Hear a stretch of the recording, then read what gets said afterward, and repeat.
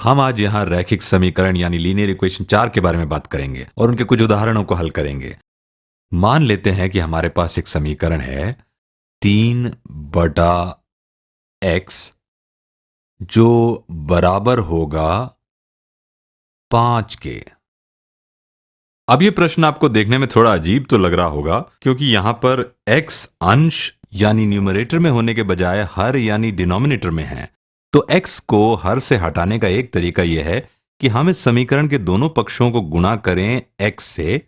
तो आप देखेंगे कि इस समीकरण के बाएं पक्ष में ये दोनों x निरस्त हो जाएंगे और दाएं पक्ष में हमें 5x प्राप्त होगा। तो ये बराबर होगा, ये दोनों निरस्त हो जाएंगे और हमें मिलेगा 3 जो बराबर होगा 5x के।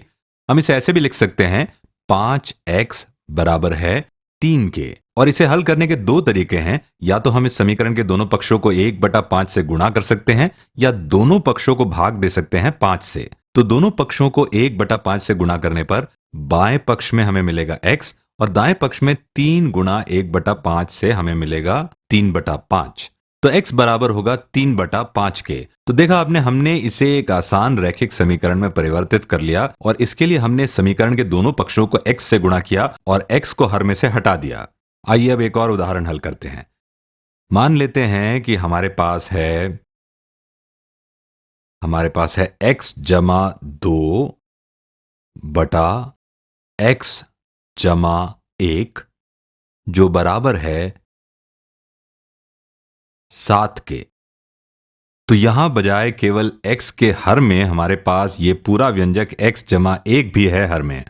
जैसे हमने पहले किया, x जमा 1 को हर में से हटाने के लिए हम इस समीकरण के दोनों पक्षों को गुणा करेंगे x जमा 1 बटा 1 से। और जो भी हम बाएं पक्ष में करते हैं वो हमें दाएं पक्ष में भी करना होगा। तो 7/1 गुणा x जमा 1 बटा 1।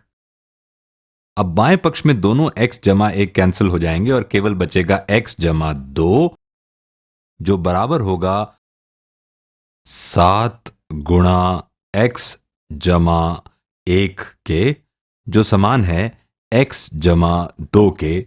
और अब हम 7 से इन दोनों पदों को गुणा करेंगे यानी x जमा 1 को, और वितरण गुणधर्म के प्रयोग द्वारा यह बराबर होगा 7x जमा 7 के। अब आगे बढ़ते हैं और x वाले पदों को समीकरण के एक पक्ष में रखते हैं और अचर पद जैसे 2 और 7 को समीकरण के दूसरे पक्ष में रखते हैं। हम x वाले समीकरण को बाएं पक्ष में ही रखते हैं और इसलिए हमें 7x को बाएं पक्ष में लाना होगा और इसलिए हमें 7x को दोनों पक्षों से घटाना होगा।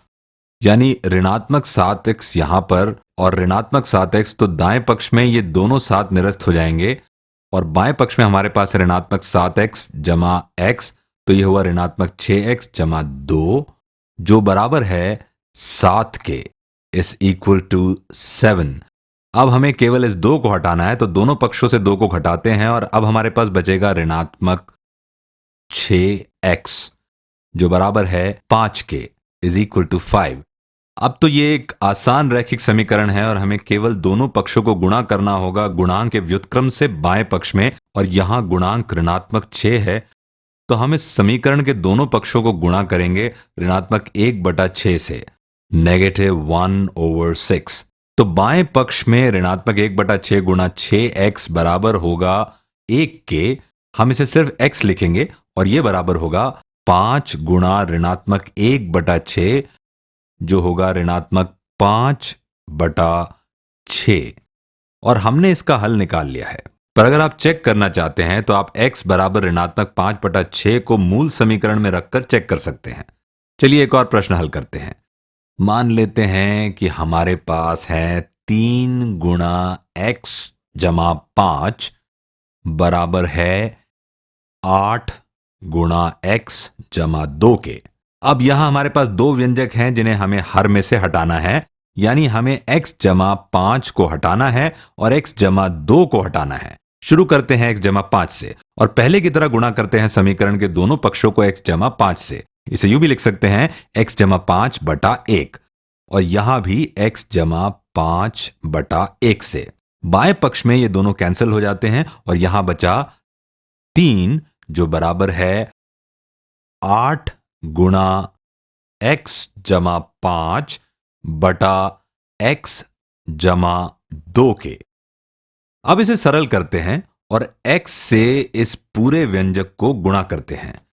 तो ये हुआ 8x जमा 40 बटा x जमा 2।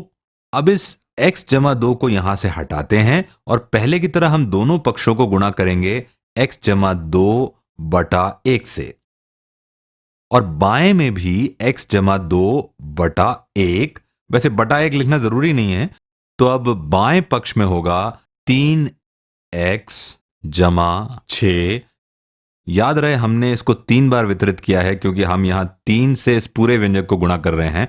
अब यहां दाएं पक्ष में ये x जमा 2 और ये x जमा 2 निरस्त हो जाएंगे और यहां बचेगा 8x जमा 40। और अब ये लेवल 3 का प्रश्न है। अब दोनों पक्षों से 8x घटाते हैं, ऋणात्मक 8x जमा, मेरे ख्याल से मेरे पास लिखने की जगह नहीं बाकी है यहां पे, दाएं पक्ष में दोनों 8x निरस्त हो जाएंगे। अब बाएं पक्ष में हमारे पास है ऋणात्मक 5x जमा 6 बराबर है, दाएं पक्ष में हमारे पास सिर्फ 40 बचा है।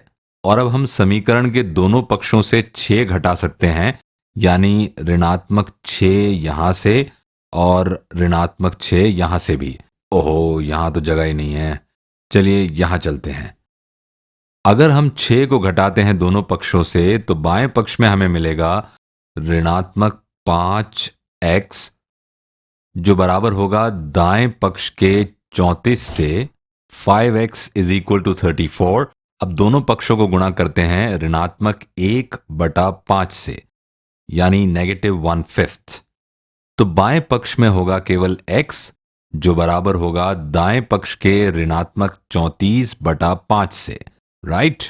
हमें लगता है कि हमारा जवाब सही है क्योंकि हमने बड़े ध्यान से सब कुछ किया है। और अगर आप इस समस्या को हल करने का तरीका समझ गए तो आप मुश्किल से मुश्किल प्रश्नों को हल करने के लिए तैयार हैं।